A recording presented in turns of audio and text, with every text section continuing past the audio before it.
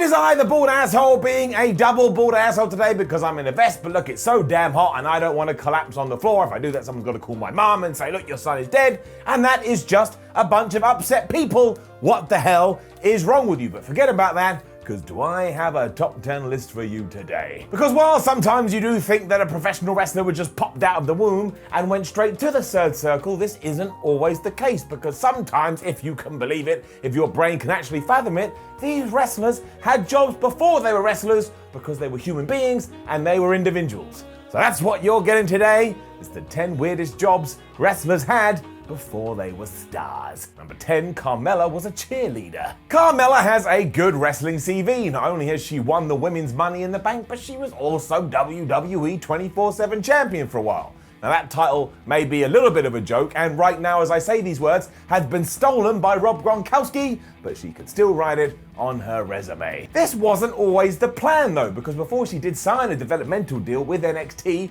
in 2013, she was indeed a cheerleader for the New England Patriots. I know, boo, boo, you suck, you suck, you suck, from 2007 to 2010. After this, she also auditioned to do the same with the LA Lakers and actually became a Lakers girl from 2010 to 2011. And just to give you a little bit more trivia, should you wish to use it out there in the big brave world, she applied for Tough Enough in the same year, but when the Lakers gig came through, she was like, sorry, World Wrestling Entertainment, I'm gonna do this. She's also a certified fitness instructor and trainer, so it does seem like when her wrestling career comes to the end, she's gonna have lots of options at her table. Also, do you remember when everyone used to go, Carmella's the weak link between Enzo and Cass? You wrong. Number 9, Sheamus was an IT technician and a bodyguard. Before he was booting people in the face, Sheamus did have two distinct jobs, the first of which was, yes, being an IT technician in his native home of Dublin. Now, the Irishman says that he wasn't a technical whiz or anything like that, but he was good with people, he understood what the company wanted, and therefore it was a good way to make some bucks, as he did a bit of wrestling on the side. When he was done with that though, the bro kicker was also a bodyguard, and he actually took care of Bono's U2, you know, the guy that wears glasses and says annoying things in interviews. He would make sure that nobody bothered him or spiked his drink. So maybe, if it wasn't for the Irish curse, well, who knows where Bono would be today. Also, nobody was going to mess with him then. Imagine you thought, oh, I'm going to go punch Bono in the face because you're a moron, and then you saw this giant red-headed warrior. You'd be like, it's not worth it. Let's go somewhere else. He obviously left this all behind eventually to punch people in the ring instead, and you'd be hard-pushed to say this was a mistake. I mean, he's won multiple championships, he won the Royal Rumble, and I truly believe when he does retire, we are going to look back and go, we didn't appreciate Sheamus. He is underrated. Number 8, Becky Lynch, and she did a bit of everything. We shall go all the way back to when Becky Lynch was nothing but a 14-year-old girl, and she worked in a restaurant. And that didn't go very well because she got fired after refusing to wear the uniform. She then shifted across to work in a sandwich shop, because who doesn't love sandwiches? And that also didn't go very well because she fell out with her boss.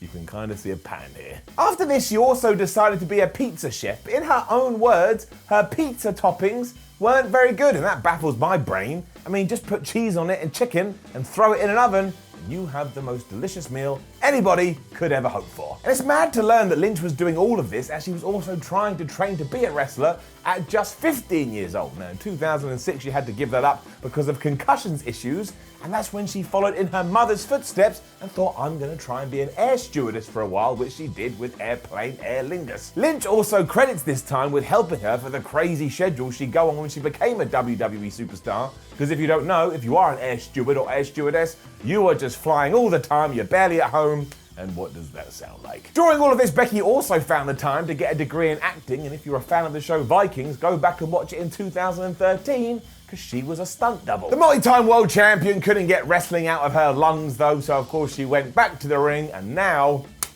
has made history. Number 7, John Cena was a limo driver and he worked in Gold's Gym. This will wind some people up, but no, at the age of 21 years old, John Cena didn't want to be a professional wrestler. Ruh-roh, it wasn't his dream, here come the crazy people. Instead, he wanted to be a professional bodybuilder, and failing that, he wanted to be in the police, but he took the police exam and he failed that. So all of that was dead. For a while, he also thought about joining the Marines until he thought better of it and decided he'd just do a bit of limo driving. But as he himself has said, he didn't have a GPS at the time because GPS didn't exist, and he just wasn't very good at the job. So I'm guessing a lot of people in the back of his limo didn't actually end up at the destination they were meant to. Deciding he'd rather work in an atmosphere that he actually enjoyed and he actually loved, he did go and become an assistant at a Gold's Gym where he would re-rack the weights, the damn assholes that leave plates on the floor, and he would clean the toilets. And when he was doing all of this, someone came up to him and said, "John, you should be a wrestler."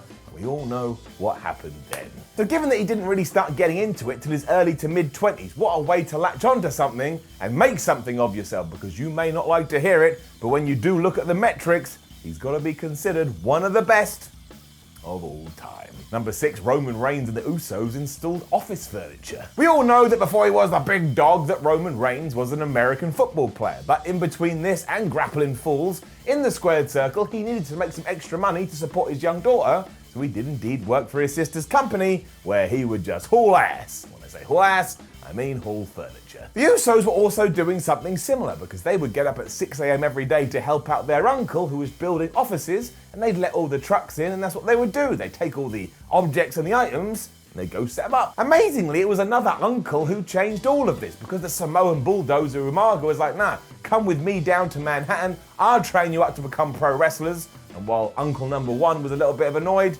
you'd be hard pushed to be mad at this. The Usos are one of the best tag teams in the world, and again, going back to Roman Reigns, well, he'd done quite well for himself. Number 5, The Undertaker was a debt collector. I mean, it makes sense, right? Are you gonna stand up to 6'10" Mark Calloway? If you do, you are a buffoon. But not only was he a debt collector, but as he told Jimmy Fallon in 2003, he also did a little bit of bouncing. Taker confessed he'd also done a few things that he wasn't proud of when people wouldn't pay up their debts, and I dread to think what he means by that. I saw him try to crucify Stone Cold Steve Austin. Despite this giant turning up at people's houses though, Taker also told Jimmy that some people still wouldn't pay off because they thought he was just a nice guy. This could be why when he became the American Badass, he was always going on about collecting debts. Do you remember that? He wouldn't stop saying it and it got really annoying. He was tying it into reality. While I have no evidence of this either, I'm only going to assume that if they didn't give him the money, he would start repossessing their belongings, which means The Undertaker, Mark Calloway, the Phenom, the Dead Man, was the original Repo Man. You heard it here first. 2020. Number 4, Sin Cara worked in a funeral home. See why I put these back to back? While before The Undertaker's manager Paul Bearer did get into sports entertainment, he was actually a funeral director. Well, Sin Cara, of all people, was kind of doing something similar. Talking to Yahoo Sports, the masked man let us know that not only had he studied theology and business administration, but yeah, he grew up working in his family's funeral home. This was so normal to him and his brothers. When they played hide and seek, they'd use the caskets as a perfect hiding spot. And I don't think that's weird at all, but of course, no, I absolutely do. Doesn't seem like he needed to fall back on any of this though, because ever since he was released in the WWE in 2019, he has been smashing it as always down in Mexico. And when you do learn about this, you may ask yourself, well, why did we never see The Undertaker versus Sin Cara? Because you know how Vince McMahon loves to play into reality. I bet actually if he'd found that out, he would have become The Undertaker too, and that would have been even worse than Sin Cara. Number 3, the great KHALI was a police officer. Again, it just makes sense. Look at the man, who's gonna be crazy enough to try anything? But he did start off as a security guard before his mates went, no, don't do that. Come and join the Punjabi police force, which he did in 1993. And it was in Punjab where KHALI started to train to be a professional wrestler, and as soon as exactly 100% of all American promoters had heard about this 7'2" giant, they said, hey, we will book you right now. And it wasn't long before he was doing this full time. That happened in 2000, and 6 years later, he did sign a contract with WWE, where he just had the most crazy career. I mean, he was the world champion, but he was also the Punjabi playboy, one of the most uncomfortable characters I've ever seen.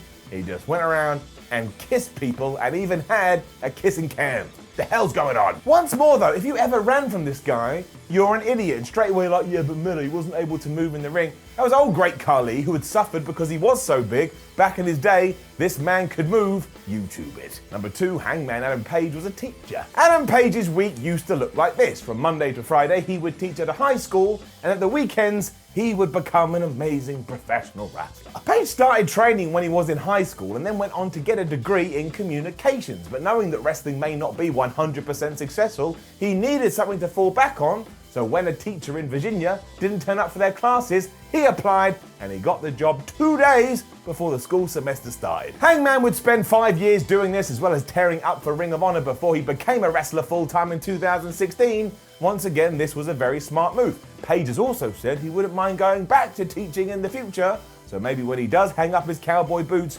you will be getting an education in cowboyship from the originator. Number 1, Brodie Lee was a librarian. Before he was a leader in the Dark Order or a follower in the Wyatt family, Brodie Lee, aka Luke Harper, was indeed a librarian, or at least he worked in a library. Working for a city school while also wrestling in his spare time, Luke Harper, so that's Brodie Lee, told Chris Jericho in 2015 he was actually the keeper of the textbooks, but being the good employee that he was, he helped out in other ways. Amazingly, he didn't even dress up for the role or wear the clothes that we're used to seeing him in now, but that's not why he lost his job. He lost his job because he broke his leg being a wrestler, and for some reason that meant he had to get let go. I mean, if you're just a keeper of books, can you not do that on one leg? He was signed by WWE a few years later, and it's a good thing that Vince McMahon had never heard about him being a librarian, otherwise you never would have got Luke Harper, the crazy dude from down south. You would have got Luke Harper, the librarian. And look, let's face it, wrestling loves librarian gimmicks because we've got 2 in AEW.